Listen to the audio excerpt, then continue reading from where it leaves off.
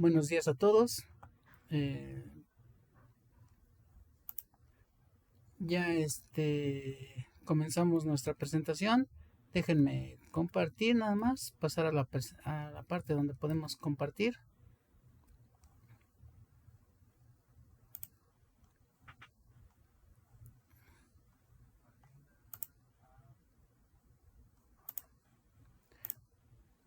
Muy bien, pues buenos días a todos los asistentes. ¿Me pueden indicar, por favor, si se está viendo la presentación? ¿Me escuchan? Sí, doctor, ya se ve. ¿Sí? Pues bueno, vamos a iniciar inmediatamente la plática. El día de hoy, como les comenté en un inicio, vamos a dar continuidad a lo que quedó finalizado en la parte 1 de esta serie de pláticas relacionado con lo que es la validación de métodos analíticos. Nada más recordando un poco qué fue lo que vimos. Vimos que podemos medir muchísimas cosas, muchísimas formas de medir. Y entonces cuando queremos medir, también queremos cuantificar o queremos identificar.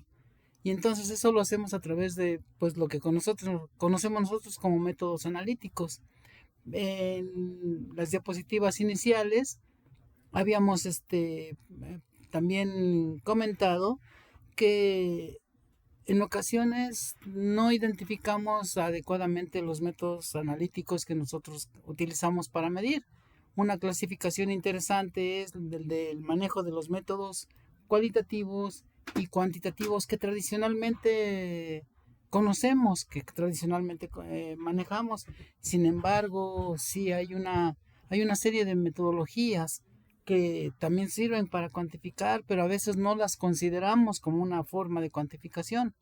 El día de hoy, en esta parte 2, trataremos de aclarar un poco más acerca de los diferentes tipos de métodos analíticos que tenemos disponibles para hacer mediciones o para hacer cuantificaciones. Entonces, pues continuamos. La parte 2 la vamos a iniciar con la definición de un método analítico. ¿Qué nos dice el método analítico? Nos dice lo siguiente. Dice, es un proceso por el cual podemos conocer la presencia o cantidad de un analito presente en una muestra, diferenciándolo de otros componentes presentes y permite conocer las características físico-químicas y biológicas de diferentes compuestos o materiales y por el cual se pueden evaluar el desempeño de un proceso cinético o en función de una variable controlable. En esta definición estamos abarcando prácticamente todas las posibilidades que podemos tener de un método analítico. La presentación, bueno, la voy a manejar un poquito aquí, si lo digo, un momento la podemos dejar así, la diapositiva, por si quieren leerla un poco más a detalle, pero sí debemos de recordar que, como les mencionaba y como vimos la sesión anterior, tenemos diferentes formas de medir y diferentes tipos de métodos analíticos, que es lo que tanto quiero reiterar aquí. Voy a continuar en la presentación. Permítanme. Nosotros tenemos un método analítico y a su vez lo podemos considerar como un proceso. Los procesos, por definición, nos indican que es la acción de ir hacia adelante o es una serie de pasos para lograr un objetivo, de acuerdo a la Real Academia Española. Nosotros nos vamos a quedar con la segunda definición. Y entonces un proceso para nosotros siempre es una serie de pasos para lograr un objetivo. Este se adapta más a la definición de lo que hacemos cuando manejamos un método analítico. Un proceso tiene diferentes componentes. Como tal, tiene insumos, nos da un producto una vez que trabaja el proceso. Sin embargo, cuando está trabajando el proceso, tenemos una serie de factores que pueden afectar el desempeño de ese proceso y esos factores los conocemos como factores controlables. Ahorita en un minuto veremos qué es en sí un factor controlable. Por otro lado, tenemos también factores que son inherentes también al método y al desempeño de nuestro trabajo, pero que nosotros no podemos controlar. A esos les llamamos factores no controlables. El método analítico es precisamente un proceso y lo podemos ver de esa manera. Aquí lo planteamos. Pensemos, tengo mis insumos, tengo mis productos, tengo mis factores controlables y no controlables, donde pues podemos describir, veamos ahí, los insumos. Generalmente podemos decir que son todos los materiales que necesitamos para llevar a cabo el proceso. Materiales, reactivos, maquinarias, instrumentos de medición y el mismo analista. Todo eso funciona como insumo y sin eso pues no podría trabajar el proceso. Bueno, finalmente está en función el proceso, pero entendamos que a la vez que esos insumos tienen ciertas características, se transforman en factores controlables. Un ejemplo son los reactivos. Un factor X1, un reactivo, yo puedo manejar un metanol como disolvente, pero también puedo manejar un etanol como el mismo disolvente. Entonces aquí estamos pensando el factor disolvente, que puede ser metanol o etanol, podría afectar el grado de solubilidad de mi analito y entonces este a su vez nos va a afectar en el resultado que podamos obtener. Algo que es muy inherente a todos los métodos es el trabajo de un analista. Puedo tener un analista que ya tiene muchos años de preparación, muchos años de experiencia realizando el mismo proceso. Obviamente este trabajo para él es muy rutinario y muy fácil de hacer. ¿Qué sucede cuando tengo una persona que no tiene experiencia, que va a aprender? Le va a costar mucho trabajo desempeñarse y entonces los resultados que puedan obtener bajo las mismas condiciones van a ser muy diferentes. Entonces ahí, factores controlables, ya estamos viendo dos. El reactivo, yo puedo elegir con el metanol como disolvente o el etanol como disolvente, o puedo elegir el tipo de analista con experiencia o sin experiencia. Y entonces el desempeño del método pues puede ser muy óptimo o tener variantes en base a ese resultado óptimo. Entonces un factor controlable son todos aquellos factores que nosotros podemos modificar durante el desempeño de un método. Podemos cambiar los equipos analíticos, podemos cambiar los instrumentos de medición, podemos cambiar las micropipetas, pero al final todos esos nos podrían afectar en el resultado. No debería, alguien va a pensar en ello, pero no olvidemos que en ocasiones no tenemos bien calibradas nuestras pipetas, a veces tomamos una que no es la más adecuada para el volumen, en fin, diferentes situaciones que se pueden presentar en el sentido de que muchas veces nuestro método analítico nunca lo desarrollamos dos veces de la misma manera, siempre hacemos una modificación por ahí y esa modificación puede afectar nuestro resultado. Inherentemente también, como mencionamos, los factores controlables, no controlables, esos factores que afectan el desempeño de mi método. Como ejemplos, aquí tenemos factores ambientales, contaminaciones externas, suministro de energía, todos estos contaminantes ambientales que puedan interferir y reaccionar con mis analitos durante el proceso, suministro de energía variante y entonces altera la respuesta que yo pueda tener. Esos serían los ejemplos que podemos establecer como de momento como factores no controlables y que afectarían el desempeño de nuestro método analítico visto como un proceso. Aquí les podemos presentar un análisis por espectrofotometría ultravioleta visible, en donde los insumos son los materiales de vidrio, reactivos, muestras, todo ello manejado como insumos. Sin ellos no podríamos llevar a cabo el proceso analítico. Factores controlables, bueno, los empezaremos a ver.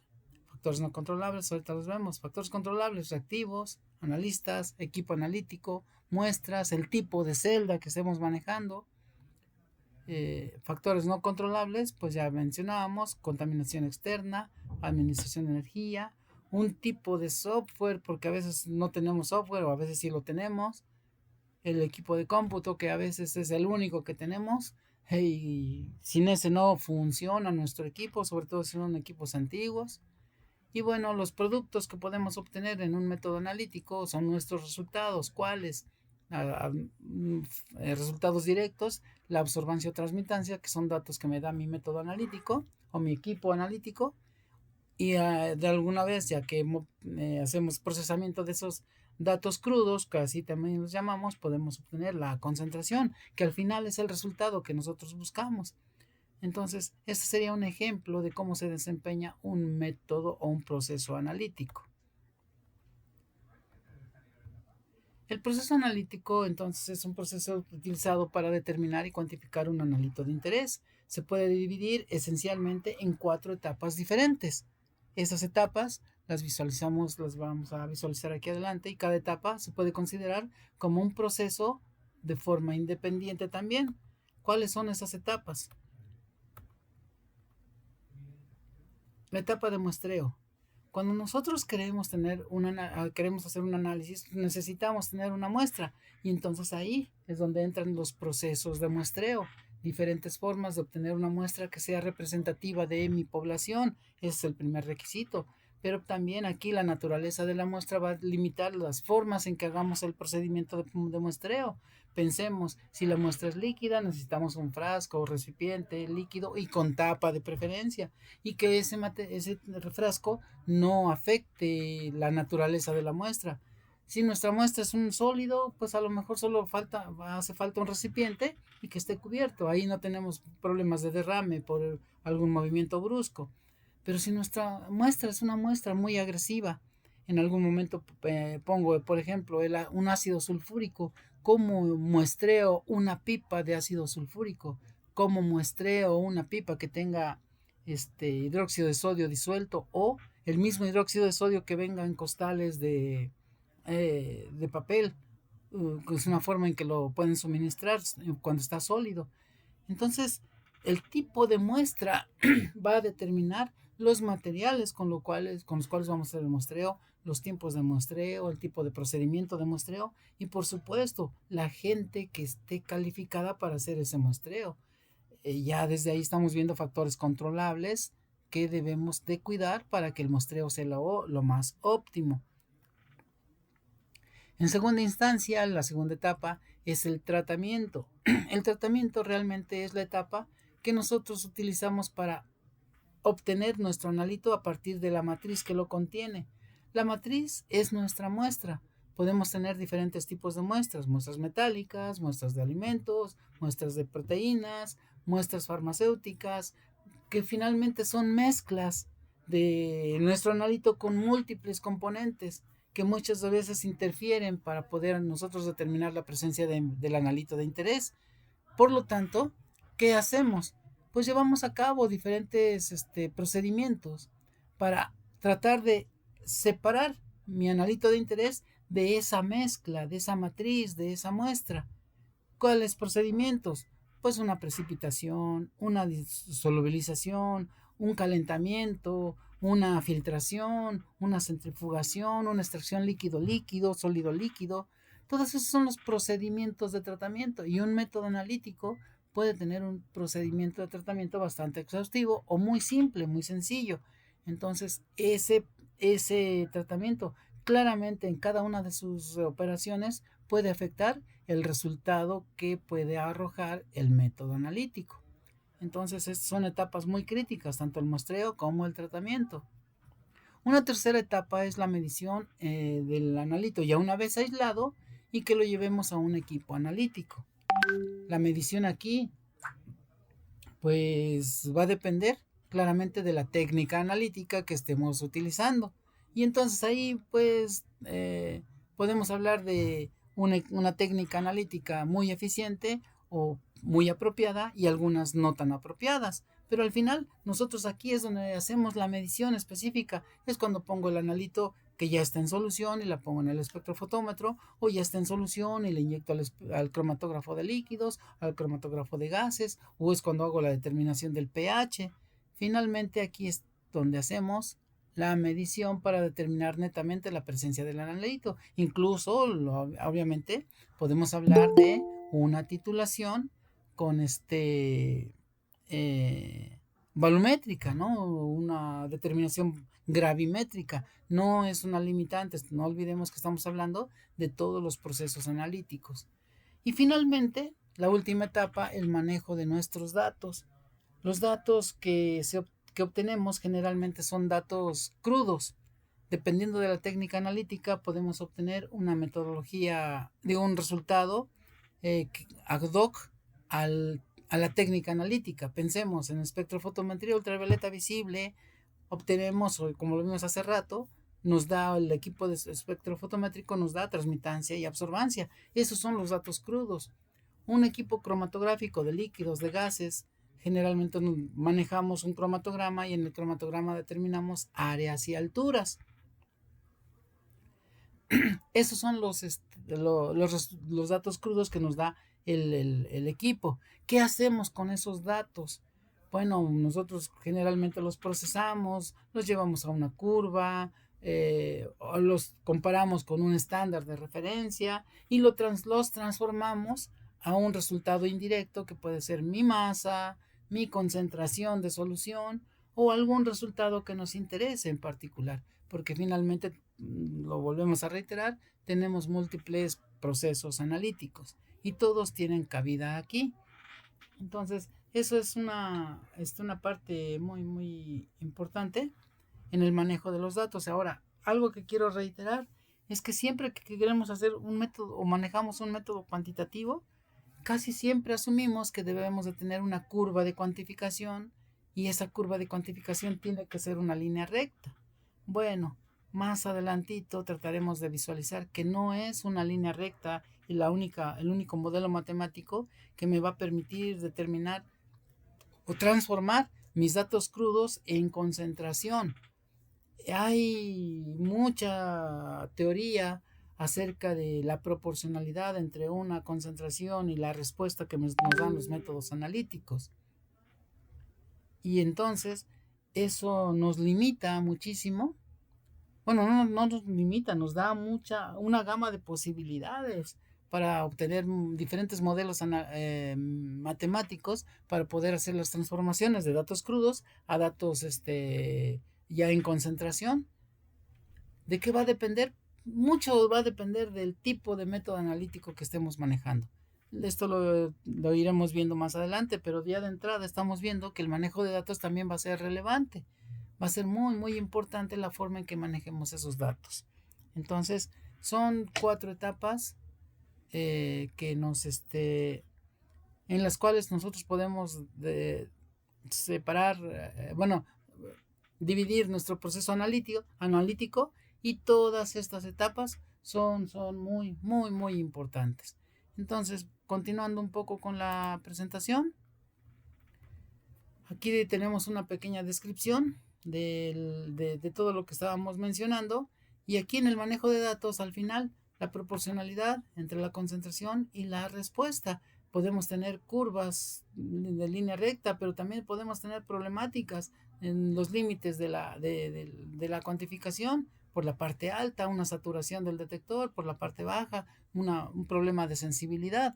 Entonces sí tenemos problemáticas ahí, pero siempre un método analítico debemos de tener en consideración. Si vamos a hacer una cuantificación, tiene que ser proporcional la concentración a la respuesta que nos da el método analítico. Entonces, siempre vamos a estar trabajando con este tipo de situaciones y las 4 etapas van a ser muy relevantes, entendiéndolas como procesos relevantes para la obtención de un buen resultado. ¿Sí? Y aquí es donde quiero ingresar el día de hoy antes de que pudiéramos finalizar la sesión. Me gustaría hablar un poquito ampliamente de la clasificación de los métodos analíticos conforme a 2 instancias reguladoras, la ICH y la Farmacopea de los Estados Unidos. Ambas entidades regulatorias dividen a los métodos en 4 clases. Los métodos, de acuerdo a la USP, los divide en 4 categorías. Categoría 1, aquellos métodos de cuantificación donde se cuantifican los componentes mayores de una muestra o de una mezcla. Generalmente le llaman cuantificación de componentes mayores o de ingredientes activos, hablando de las materias primas. Categoría 2, la determinación de impurezas o productos de degradación. En un momento dado son los métodos que nos permiten cuantificar cantidades infinitamente pequeñas de un analito dentro de una muestra, por eso se le llaman impurezas. Pero también pues un producto de degradación es una impureza a su vez. Así lo cataloga la USP. Como inciso B, tenemos a las pruebas límite. ¿Qué son las pruebas límite? Son metodologías que nos permiten determinar componentes en cantidades muy pequeñas y en las cuales se coloca un límite máximo, menos de 2 partes por millón, menos de 1 parte por millón, pero la determinación no se hace de una manera cuantitativa, netamente. No podemos o no determinamos cuánto hay presente, sino simplemente ponemos un límite y ese límite me dice no debe tener más de 1 parte por millón o no o más de 2 partes por millón. A final de cuentas ponemos el límite numérico, pero la concentración neta no se obtiene. Hacemos una comparación de la muestra con la referencia y decimos, no, pues está más turbia que la referencia, está menos turbia que la referencia, y eso es donde hablamos de si tiene la muestra tiene una mayor cantidad de compuesto, mayor que la referencia o menor que la referencia. Es por comparación. Alguien diría, entonces estamos haciendo un método analítico cualitativo. Pues hay quienes las pruebas límite las clasifican como métodos cualitativos o cuantitativos, o le llaman semi-cuantitativos. Bueno, yo los dejo como cuantitativo, como opinión personal, pero siempre con la limitante del límite, ¿no? Los métodos de categoría 3 le llaman aquí determinación de características de comportamiento o determinación de parámetros físico-químicos, y son aquellas metodologías que en un momento dado nos permiten determinar una característica, un color, un sabor, algo que no es tan medible, pero que forma parte de las características del analito que queremos manejar o que queremos medir. Pero eso claramente pues se refiere precisamente a la determinación de parámetros físico-químicos, y que no necesariamente son de cantidad. Algunos son cualitativos, pero al final es un método, una categoría que nos indica la clasificación de métodos de la USP. ¿Qué nos dice la ICH? La ICH nos habla de pruebas de identificación. Identificar un analito, pues no es más que una prueba cualitativa, como podría ser en su momento la categoría 3 de la USP. Entonces, vamos a decir que aquí ambas instancias nos están dando una misma clasificación con diferente nombre. También la ICH nos habla de las pruebas cuantitativas, aquellas que nos permiten cuantificar contenidos de impurezas. Si lo ven, se parece mucho a los métodos de la categoría 2, inciso A, determinación de impurezas. Métodos que cuantifican analitos en contaminantes o cantidades muy pequeñas. Lo mismo sucede para las pruebas límite para el control de impurezas. Son las mismas pruebas límite que nos hablan de la categoría 2, inciso B. Y finalmente, pruebas cuantitativas del principio activo en muestras de materia prima o productos farmacéuticos o algunos otros componentes. En ambos casos vemos que la clasificación viene a ser de la misma forma. Sin embargo, hay algunas pequeñas diferencias, o una diferencia en particular. Me voy hacia acá. Categoría o determinación de características de comportamiento.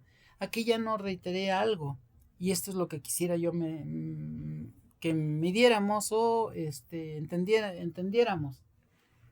Si ustedes me ayudan a entender un poquitito, o incluso si pueden ayudarme a darme un comentario, ¿consideran ustedes, y es una pregunta para todos, consideran que la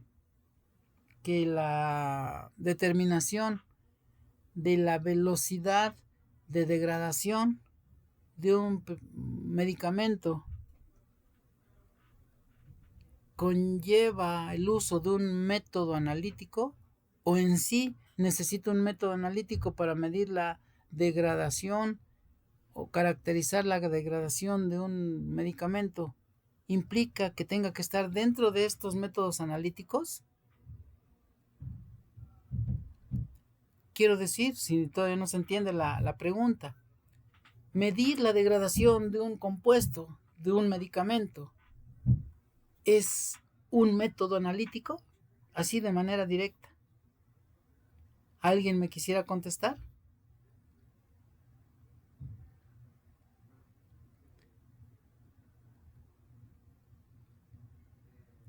¿Nadie quiere participar?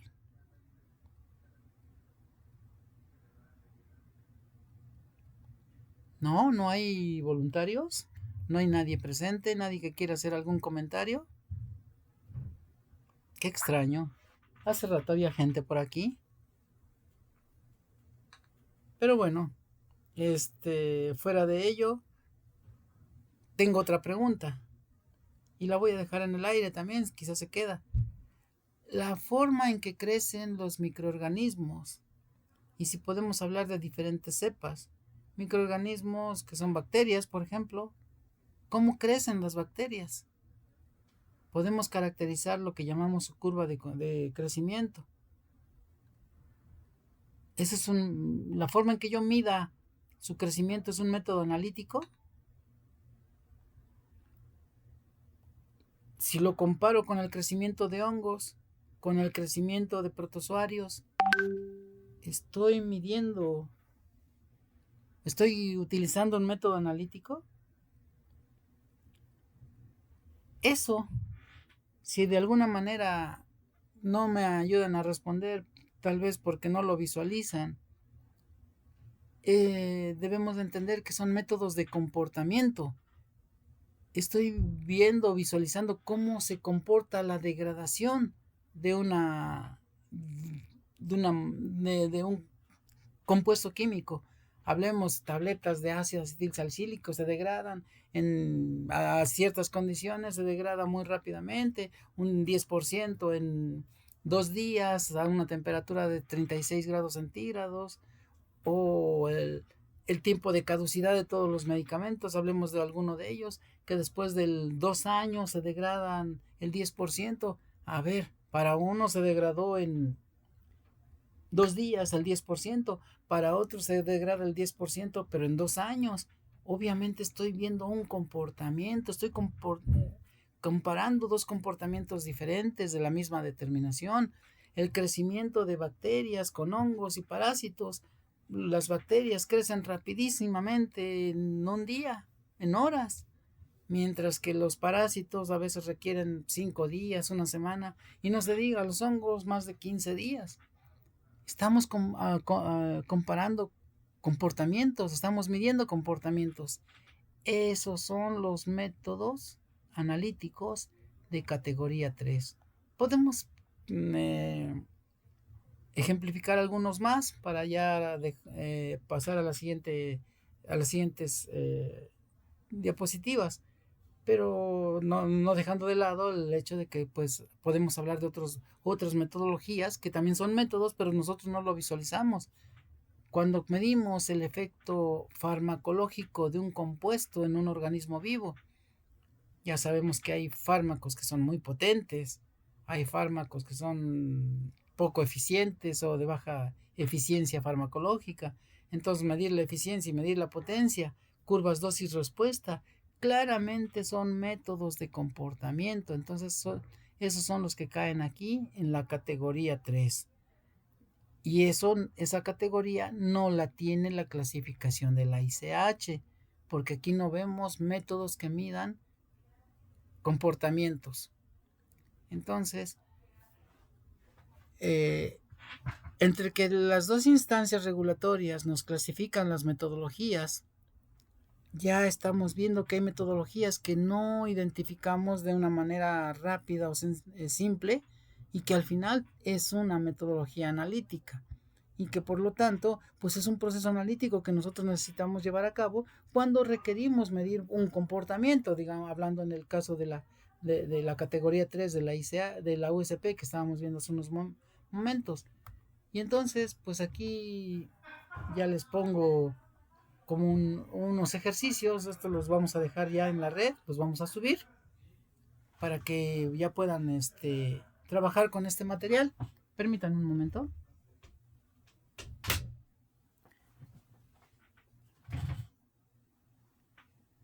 Hasta aquí, ¿alguna pregunta o alguna duda? ¿Sí me escuchan? Sí, doctor. Ok, gracias. Entonces vamos a dejar estos ejercicios. Vamos a subir esta presentación casi inmediatamente a la red para que la tengan disponible y puedan hacer el ejercicio, identificar eh, eh, algún método analítico que ustedes ocupen y que traten de clasificarlo. Eso va a ser muy importante para lo que continúa en esta etapa. Y vamos para allá. Antes de continuar también vamos a hablar de los métodos compendiales y no compendiales. Los métodos compendiales son aquellos que de alguna manera han sido evaluados muy rigurosamente y que sabemos que son muy robustos y los vamos a encontrar normalmente en instancias o en tomos de instancias regulatorias. Ejemplos de ellos, todos los métodos que están en la farmacopea de los Estados Unidos mexicanos, los que están en la farmacopea de los Estados Unidos, la USP, métodos que son muy robustos, que han sufrido una serie de evaluaciones que los hacen, bueno, realmente son muy resistentes a cualquier cambio, siempre van a funcionar porque ya ha sido comprobado, precisamente es la evaluación que se hace de manera continua. Algunos otros métodos compendiales los vamos a encontrar en la AOAC, que es la Asociación of Official Analytical Chemists, que son muy usuales en el área de química alimentaria, y los de la ASTM, American Society for Testing Materials. Estos métodos son muy utilizados en el área de petroquímica, en el área de materiales y la cementera, en fin. Y pues no se diga los métodos, los compendios de la EMA, de la European Medicines Agency. Vamos a encontrar muchísimos métodos ya bien probados, bien robustos. Entonces, que tienen una garantía al 100%. Yo lo llevo a cabo en el laboratorio y lo aplico en el laboratorio y sé que el resultado va a ser muy robusto, muy confiable, finalmente.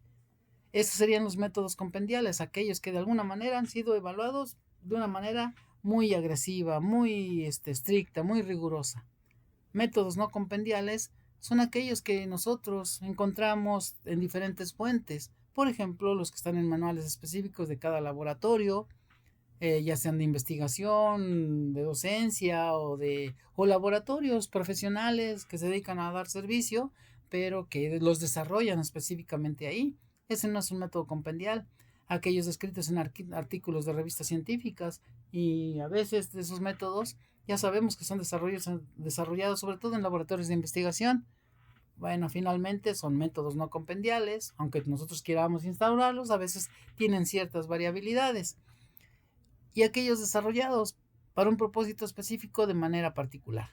Entonces, los métodos compendiales siempre van a ser métodos muy robustos, mientras los no compendiales van a ser métodos que de alguna manera pudieran tener alguna falla cuando los queremos implementar para nuestro uso, dependiendo de la fuente. Es muy importante para que quienes quieran continuar dentro del manejo o de este taller, un pequeño taller, que me ayuden a buscar la guía de la ICH-Q2, ICH-Q2, la pueden bajar directamente de la red. También les diría por ahí que buscaran alguna farmacopea americana y que busquen la parte de métodos analíticos, la validación de métodos analíticos. Es nada más algo para que ustedes lo puedan tener a la mano y que puedan ir ejercitando parte de lo que nosotros estamos manejando aquí, ¿sí? Y algo bien importante, si quisieran hacerlo como parte de este taller, que puedan generar una lista de factores controlables y no controlables de alguno de los métodos que ustedes hayan elegido o que se haya manejado en el ejercicio anterior. Recuerdan que por ahí hablábamos de diferentes tipos de métodos. Elijan uno y de ese enuncien factores controlables y no controlables muy específicamente. De preferencia que sea un método que ustedes conozcan, que ustedes manejen, digamos como si fueran los verdaderos expertos en ese método, para que no se les complique la tarea. ¿Sí? Y pues ya entremos un poco a la validación de los métodos analíticos. Ahorita en esta segunda etapa, en esta segunda parte, vamos a hablar de una manera descriptiva de lo que es la validación de los métodos analíticos. Aún no vamos a hacer algún ejercicio, lo haremos en las etapas subsecuentes. Pero mientras, sí les pido que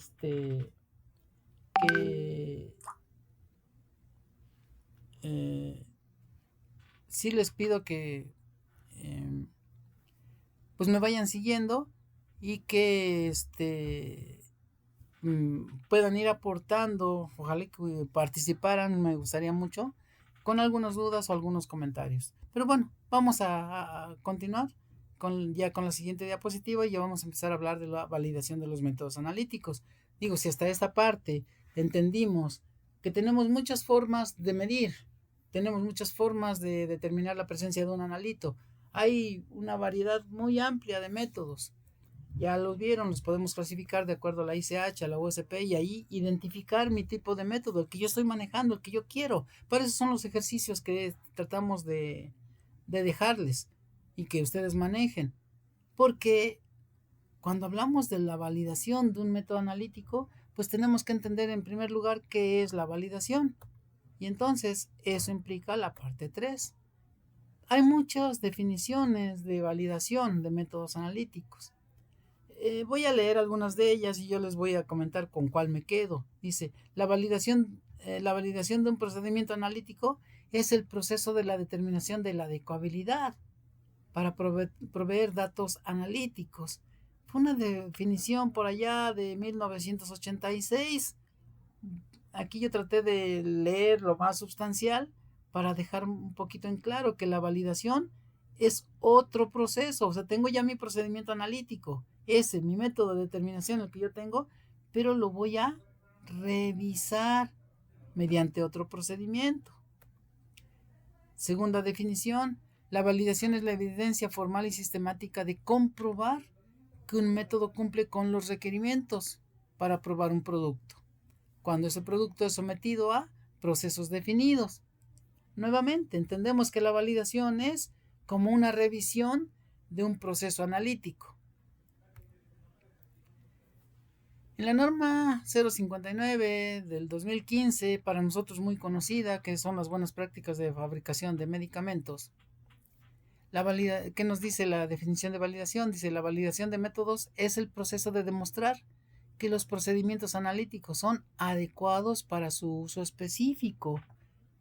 Ya veíamos que tenemos diferentes tipos de métodos. Algunos nos miden cantidades de materia prima o componentes de la materia prima. Otros nos miden de contaminantes o productos de degradación.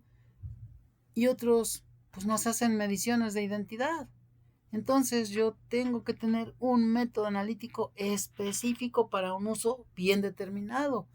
Y mediante la validación tengo que demostrar que ese método es utilizado específicamente para lo que yo lo estoy dirigiendo.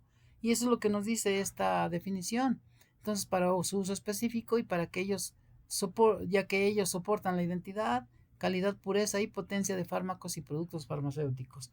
Bueno, desafortunadamente esta definición de validación está muy dirigida a los productos farmacéuticos. Pero bueno, se entiende porque es una norma que nos habla de buenas prácticas de manufactura de productos farmacéuticos. Y aquí tenemos otra definición. Esta definición proviene de la norma 177 de la Secretaría de Salud de 1998. Esta norma se refiere a la evaluación son pruebas de intercambiabilidad de medicamentos genéricos, también relacionados con la farmacia. ¿Y qué nos dice la definición? La validación es la evidencia documentada de que un procedimiento experimental cumple con el propósito para el que fue diseñado. Entonces, como somos farmacéuticos, al final yo les recomendaría, sí, manejen estas dos definiciones, busquen la más actualizada, las normas más actualizadas y chequen si ya ha habido algún cambio en este concepto o en estos conceptos. Sin embargo, reuniendo el concepto de las diferentes definiciones que citamos, puede haber más. Nos dicen o nos dan a entender que la validación, para mí muy brevemente les diré que es como la revisión. La validación es la revisión que hacemos de la funcionalidad de un procedimiento analítico. Un procedimiento analítico que debe de cumplir el fin para el cual fue diseñado. Y una cosa muy importante que nos indica la norma 177, tiene que haber una evidencia documentada de esa revisión. Entonces, al final, nosotros vamos a verificar que un método analítico funciona para lo que es diseñado y vamos a generar evidencia documentada. Toda una serie de operaciones. Entonces, hablar de validación implica llevar controles, llevar formatos, llevar bitácoras, para ir revisando cómo funciona un método analítico. Y entonces, esa es la parte más fundamental que yo quiero que vayamos manejando en términos de la definición de un método analítico, de una definición de la validación de un método analítico. El método de validación o el proceso de validación se dirige principalmente a la identificación de potenciales fuentes de error durante el procedimiento, durante el proceso analítico. Muchas veces tenemos costumbres pues de años que muchas veces los debemos de considerar como errores analíticos sistemáticos. No se me viene a la cabeza alguno, pero tal vez pudiera ser el hecho de que por ahí las buenas prácticas me dicen que yo debo de pipetear con la micropipeta, debo de dispensar el líquido, bueno, yo debo de absorber el líquido siempre que la micropipeta esté a 90 grados con respecto a la mesa, y entonces en esa posición debo de tomar el líquido y después dispensarlo de la misma manera.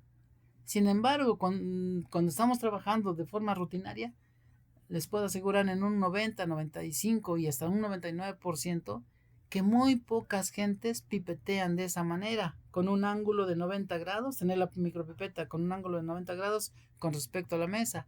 Generalmente lo hacemos de una manera más inclinada, con un cierto ángulo, 50, 60 grados. Y entonces ya nos estamos desviando de las buenas prácticas.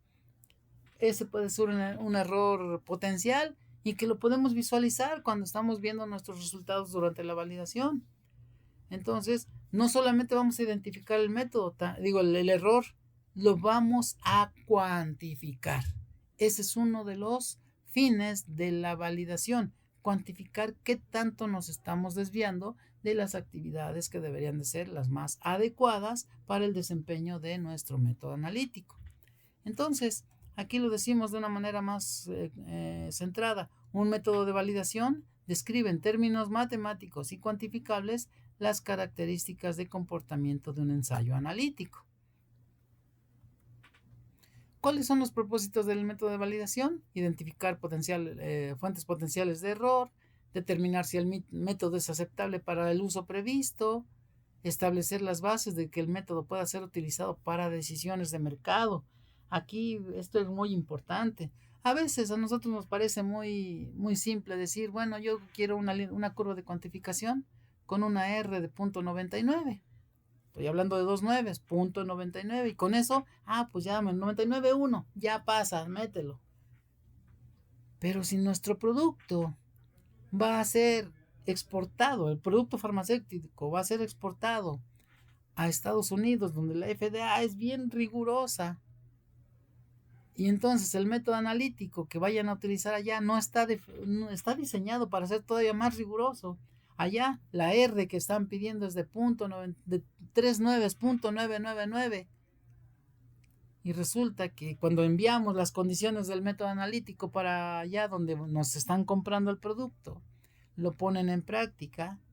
Obviamente si les da 2 nueves, entra dentro de mi especificación, pero no entra en las especificaciones que ellos requieren. Y entonces el método que estamos enviando no es muy robusto.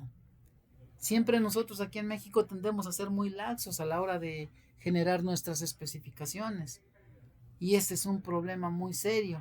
Bueno, al final aquí decimos satisfacer los requerimientos de la FDA, pero esto aplica incluso si vamos a exportar a Europa, a Japón.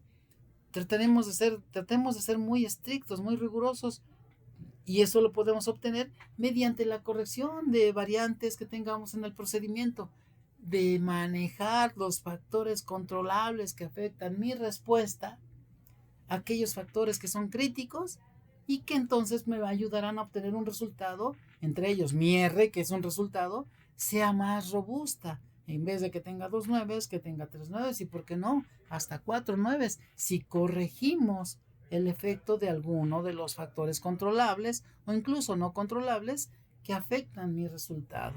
Aquí es donde empezamos a plantear y a aplicar todos los conceptos que vimos al inicio.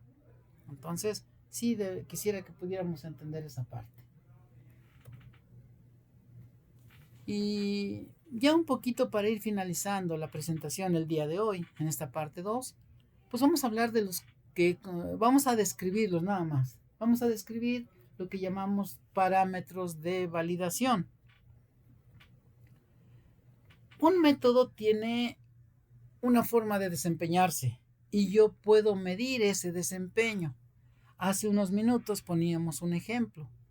Cuando hablamos del manejo de datos, en la etapa última, nosotros decimos vamos a hacer una curva. La curva forma parte del desarrollo del procedimiento analítico. Generamos la curva. ¿Y qué es una curva de cuantificación? Pues no es más que una serie de por lo menos 5 soluciones con concentraciones distintas, crecientes, desde una más diluida hasta una más concentrada. Cuando las medimos en el espectrofotómetro, en el cromatógrafo o en el equipo analítico que nosotros utilizamos para nuestro desempeño de método, esperamos que la respuesta que me dé mi método analítico, absorbancia, transmitancia, área o altura, entre otras, la fluorescencia, no sé, esa respuesta que me dé sea proporcional a la concentración que tiene cada una de estas soluciones. Entonces yo ya estoy viendo ahí, ya estoy esperando y estoy diciendo, si yo incremento la concentración, la respuesta tiene que incrementarse también. Ya estoy esperando que mi método me dé un resultado, un desempeño. A ese desempeño, al menos aquí de manera representativa, a eso le llamamos linealidad.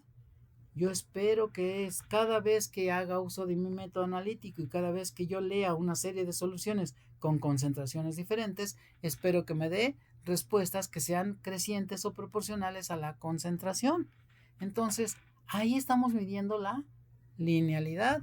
Pero ustedes han manejado otros conceptos, como por ejemplo, yo espero que mi método me dé resultados que sean exactos, que me dé resultados que sean repetitivos, que sean precisos.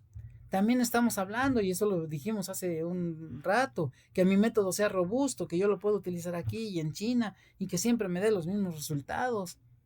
Entonces, esas características que yo espero de mi método es lo que llamamos parámetros de desempeño. Ahí está mi método analítico con 4 etapas y aquí están los parámetros de desempeño. Yo espero que mi método sea específico, espero que sea selectivo, que sea lineal, que tenga un rango de trabajo óptimo y adecuado para las concentraciones que quiero medir, que sea exacto, que sea preciso, que sus límites de detección y cuantificación sean adecuados de acuerdo a las mediciones que yo hago, que me permita que verificamos la estabilidad de la muestra durante todas las condiciones de trabajo del método y que mi método sea robusto y tolerante. Entonces, hasta este momento, pues estamos hablando precisamente de la tolerancia, de las características que yo espero de mi método. Y eso es lo que nosotros vamos a visualizar en las siguientes etapas y en las siguientes sesiones. Entonces, por lo pronto, pues no sé si tengan algún comentario, alguna pregunta, algo que quieran expresar de los asistentes, a quienes quieran hablar o preguntar algo. ¿No hay dudas? ¿No hay comentarios? ¿No hay preguntas?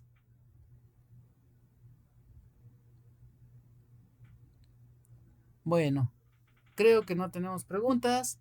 Podemos entonces pues darle las gracias a todos los asistentes e invitarlos a que dentro de pues 2 semanas nuevamente continuemos con estas sesiones del viernes de ciencia.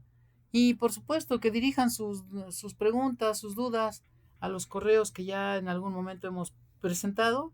Si no tienen dudas, pues bueno, lo expreso aquí, nada más el correo donde me puedan consultar es centro de aplicaciones analíticas, todo junto, centro de aplicaciones analíticas @gmail.com.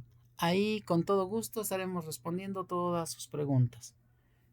Pues les agradezco su atención, les agradezco su tiempo y les agradezco su asistencia. Y nos estaremos viendo en la siguiente sesión. Estaremos enviando el flyer y la invitación para que puedan incorporarse. Que tengan un excelente día.